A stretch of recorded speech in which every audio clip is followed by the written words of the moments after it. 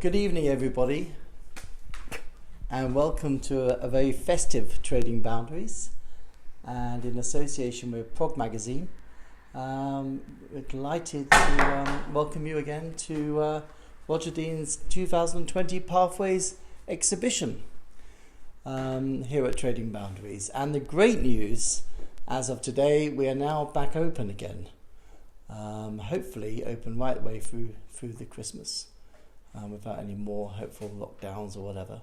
So if you would like to come and see the exhibition, we are taking by appointment for the main gallery. So just give us a call or email either showroom@tradingboundaries.com or just give us a call on 01825 790 200 and just make an appointment to come along and see. Otherwise, come along and shop for Christmas as well. Anyway, thank you very much for coming tonight, and I'll pass you over to the maestro himself, Mr. Roger Dean. Thank you. Thank you. So we're going in here.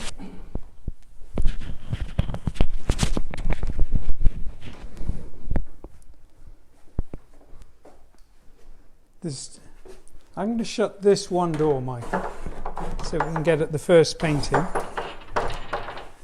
A door that nearly fits. So this is, we've been here before. 2 weeks ago, we had a look around this room when it was empty, but the sound didn't work, and I'm hoping today we're going to make up for that with brand new microphones, and so far so good on the internet. So the first painting in this room is done for Skyscraper Souls, DBA, the first album I worked on with them.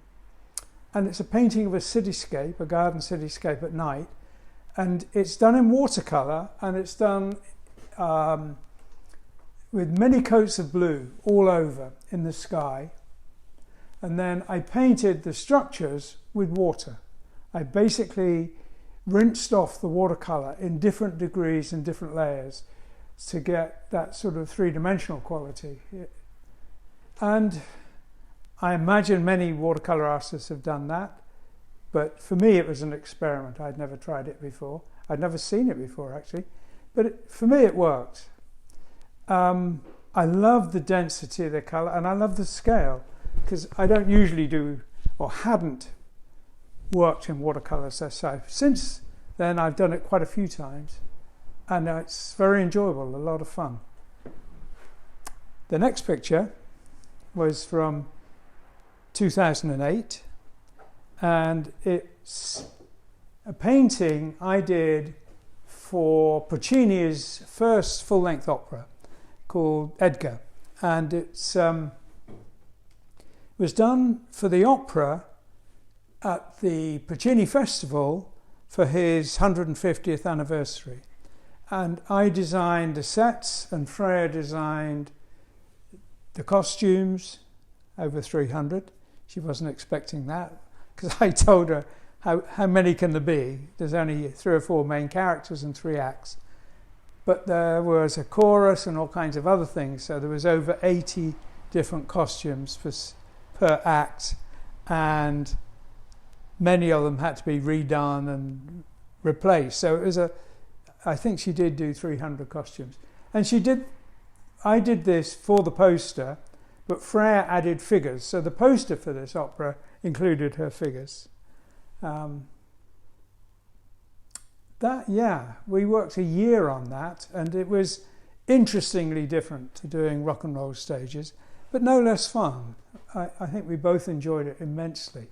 And really nice people out in Terra del Lago, which is where the opera was based. It was open air, and the singers sung to an audience of 3,000 people without microphones. They just did it by the power of their voice, and that was amazing. It was really amazing. Beautiful voices, incredibly impressive, and a huge amount of fun. And the opera was voted the best opera of the year from the point of view of the music and the sets and the costumes and everything. So, and that was a vote in the Italian press. So that was nice for us as well. This is meant to be a sort of 14th century mountain village with a city and castle in the background. The story for this, I have to say, I love Puccini's music, but the stories are often bizarrely shambolic. Anyway, it was fun and not particularly really focused into history. It was just indicated as 14th, 15th century. Anyway, as I say, a lot of fun. And I love working in those muted colours. So this is acrylic actually painted on board. What's called masonite in America, and we used to call hardboard here. It's resin reinforced cardboard, basically.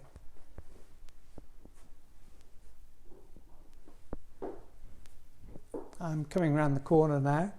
So these pictures are in strange order. This is a kingfisher done for another DBA album called Halcyon Hymns. And DBA stands for Downs Braid Association. Really lovely music. And this painting is part of the logo rather than the painting, the cover itself. So actually we might cut right across the room to the painting for the album. Can you do that? Mm-hmm. All right. So we're going to make you all seasick as we swing the camera around. And this is the watercolour I did for Halcyon Hymns. And strangely enough, it was all done in front of a camera. So when the album comes out, the rumour has it that this painting will be painted from beginning to end on an extra DVD. Check though. I mean, that might be just an enthusiastic rumour, but I think it might be true. I love doing it. It was inspired by the common usage of the word halcyon to indicate summer days of quiet and peace in the past. But halcyon also had that kingfisher connection. It was where a mythical kingfisher made its nest at sea in the middle of a storm, where they made a quiet patch just for her to make the nest and lay her eggs. Worth checking out. So I wanted a summer glade with the pool for the kingfisher and a village. I didn't realise I was going to put a village into the painting till it was getting quite underway, and it sort of grew out of the shapes that were there. Did I sneak up on you? Sorry? Did I sneak up on you? You did. You did. I'm like a ninja. Yes. Christabel the ninja with the camera. Okay, we're going to go back to the way we were going. That way we'll just wander around the room. Michael has managed to fill this room up with furniture since we were last in here, and it has the slightly wonderful effect of making the sound less echoey, so the sound should be better. This is a painting done which was inspired by Relais, actually, and I was looking for a Celtic look from Celtic mythology of a fortress watchtower which was partially built with the skulls of mammoths. And I liked the sweep of that tower from Relais, so I borrowed it wholesale and imported it. It's another watercolour, I think. No, a mixture of watercolour and ink drawing in the foreground. I don't know if anyone can see at home, but I've perfectly framed this so that Roger's head protrudes out eerily from the tower. And I think anybody who paints that image just behave yourself, Christabel. should be given a prize, just saying. Okay. Again, it's a lovely little painting. Okay. The original of Close to the Edge got very seriously damaged, and I did repaint it twice. and this is the second repainting of Close to the Edge. Obviously the theme is the same. It's this lake which is forever flowing, ever being refilled.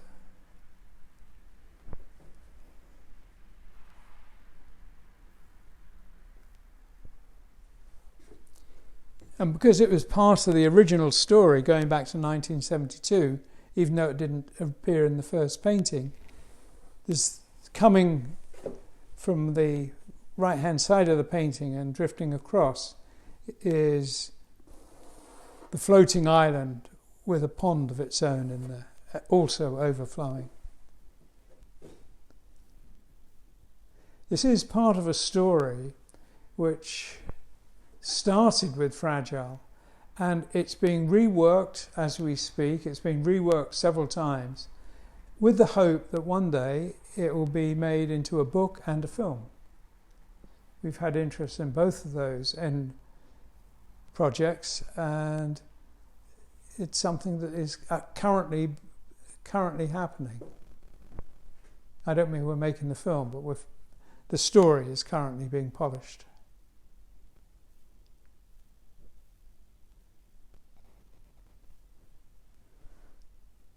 I love painting waterfalls. Are you with me, Christabel? I'm always with you, Roger. We're linked by a microphone cable. This is an interesting painting for me. This was the first of two paintings I did for a project, a real project actually, not a fantasy project, to design a moon base. And this was the moon base that we're actually focusing our attention on is underground. It's in a cave, but there had to be some element above ground. So I just played with this idea. But the bulk of this project is going to be underground. And the reason I was involved in that is that for human beings on the moon, there is a lot of dangers. It's a vacuum. You get extreme cold and extreme heat alternating. You get radiation that will kill you. You get micrometeorites, you get moonquakes. There's a lot of reasons to be very, very careful on the moon. But the theory was, or the thought was, that human beings on there, in addition to being very careful, are going to be essentially in a high-tech prison, more isolated than human beings will ever have been. And mental health was a big issue. And because my architecture was based on psychology of built environments and how to make spaces where people feel calm and tranquil, I was involved in the project.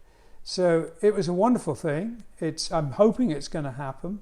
The idea was to build a prototype of this project using the technologies that would be available on the moon, and to build it on the regolith on Mauna Loa in Hawaii, where the regolith, which is the stone there, is very similar to that that's on the moon. And the plan is to start the process with robotic work, and they would do the same on Mauna Loa. Hopefully this will happen. Hopefully it happens soon. Anyway, a lovely project. For me, it was great fun working on it and doing the drawings. So what we have here is just one painting that wasn't used, but there are paintings that were, and there are drawings that will be. Did you paint the stars in the correct constellation as they would be viewed from the moon? No, I got a lot of things were just impressionistic. The stars absolutely were. And the rock formations are eroded in a way that simply wouldn't happen on the moon.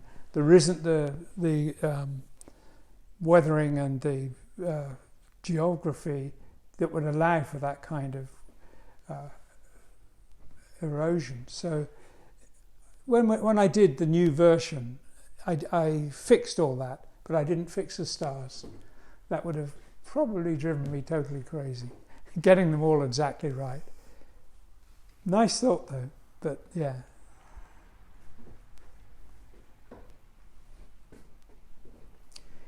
This is a painting I did from quite a few years ago now. I was at a animation conference in Newcastle University, and I was travelling with a friend back to the airport in Manchester, and as we crossed the Pennines in the very early hours of morning, just as it was getting light, in the distance was a power station with steam coming out of it in very much that shape. I sketched it and took photographs of it and thought one day that's going to be a painting. And this is it. And hopefully, before the end of this talk this evening, I can remember the name of the power station. Visible from the Pennines as we came down towards Manchester anyway. Can you follow me over here? I can.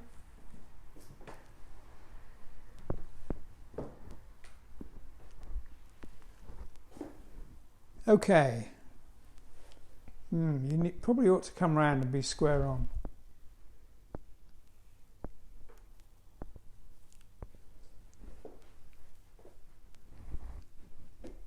So this was from the first series of talks done in the online school that Freya and I set up, and I did lots of pencil doodles for this, and then the painting was done live in front of the class, and that was it.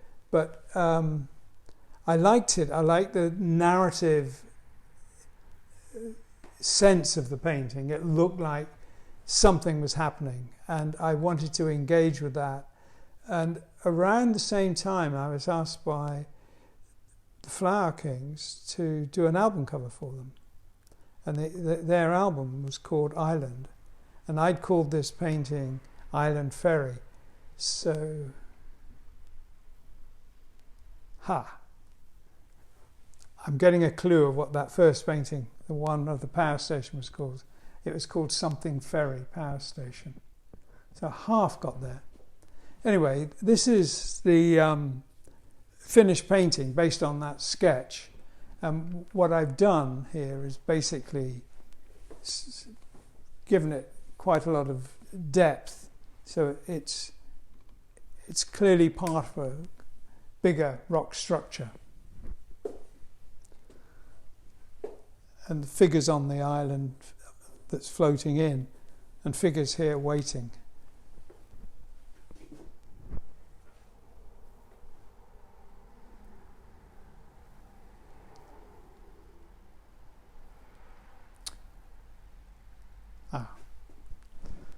If there's any questions, please ask.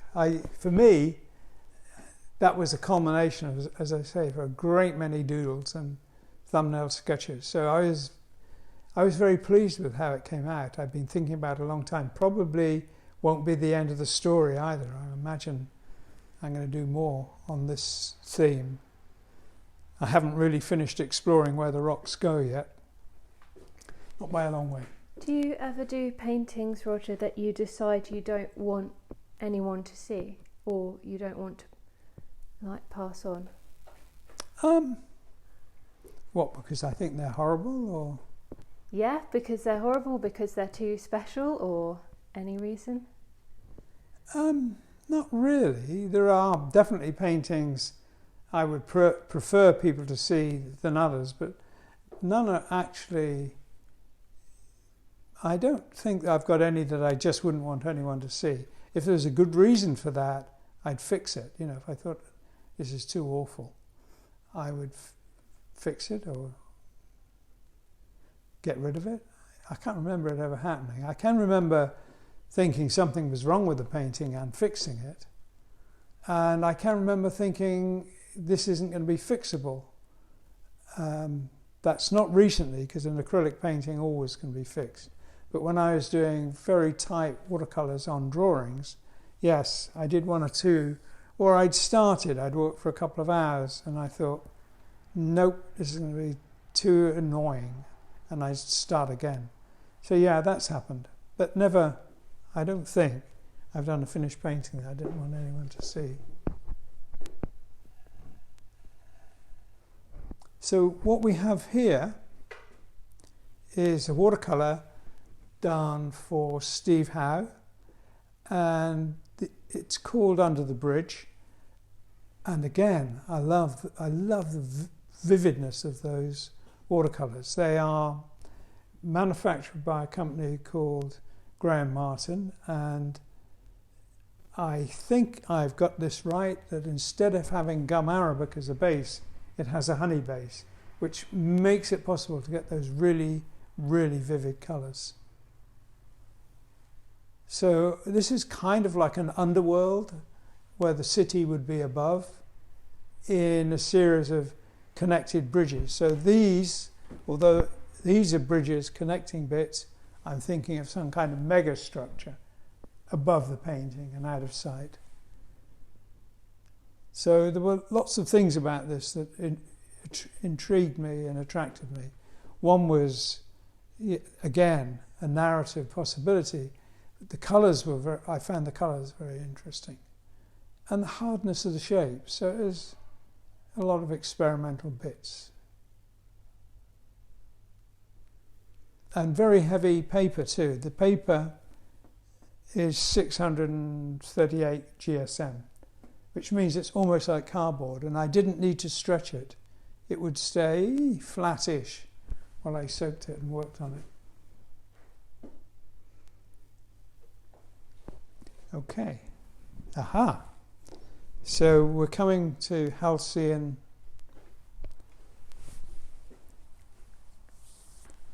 hymns again. So we just walk past. I'll just do a little close-up. Okay. I'm going to go quiet while Christabel does a close-up, and I'm going to go and pick up a painting and come back.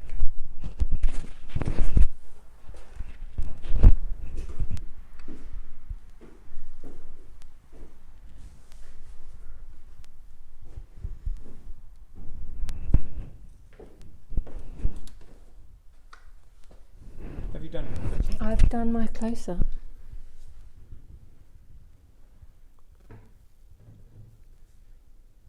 So, a few years ago, I had a terrible accident when I shipped some paintings, and there were 7 in a crate. And when they were unpacked, for some reason, although they were, there was a sheet of paper saying the title of each of the 7 paintings, the people unpacking it, for some reason, thought there was only 3. And the rest got scrapped in the crate, so 4 of them got destroyed. And one of them was the origin of this, which was called Land's End. So I repainted it a couple of times, and this is one version, and I retitled this one Finisterre, which is, everyone who lives in England knows the weather forecast, knows Finisterre because of all the storms. But Finisterre simply means Land's End in French. What I was doing with this painting, really, it was all painted in the same colours, but I was showing how zinc white allowed you to push something back into aerial perspective just by painting it with a few coats of zinc white to take the rock formation in the background further back. And this was done live as well. This was also part of the course and a painting session. So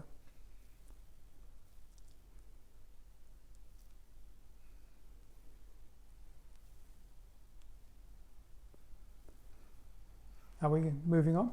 Oh, you tell me. Okay.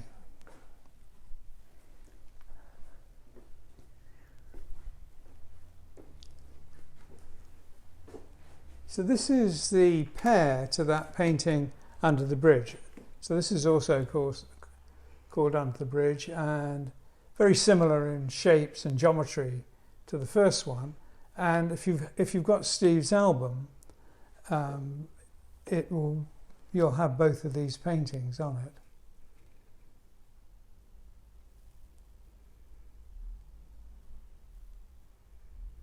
another watercolour, and yeah,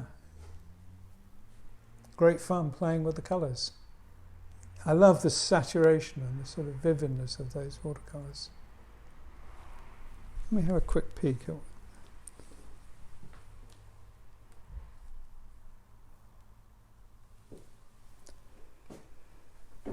Yes, so as I say, Steve Howe's album Anthology 2, if you want to get it. And I think this is going to be our last live session walking around in Trading Boundaries.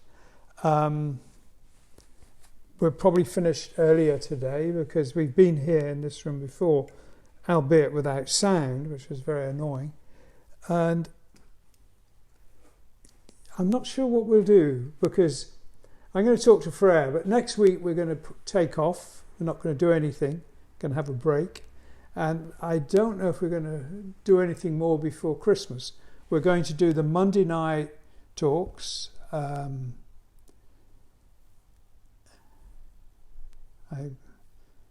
We've got Steve Howe and Thijs van Leer and Annie Haslam coming up in those conversations. They'll be Monday night at 7. And then we're going to do some more live work, probably now as we're sort of crashing into Christmas, immediately after Christmas. And Freya and I are going to go back to doing our live, oh no, will they be live? Recorded Q&As.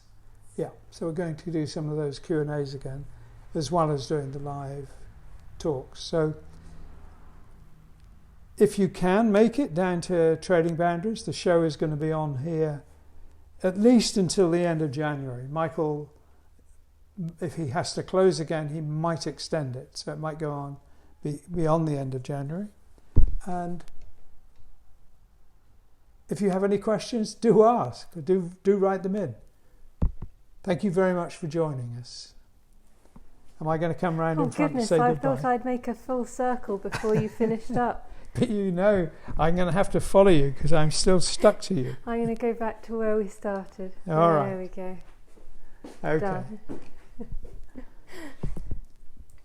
Thank you everybody for joining us. And I will say, if we don't do it before, we will be back the first Thursday in the new year. Thank you, everyone. Thank you. Happy Christmas. Yes, have a brilliant festive season. Christmas and New Year. Thank you very much.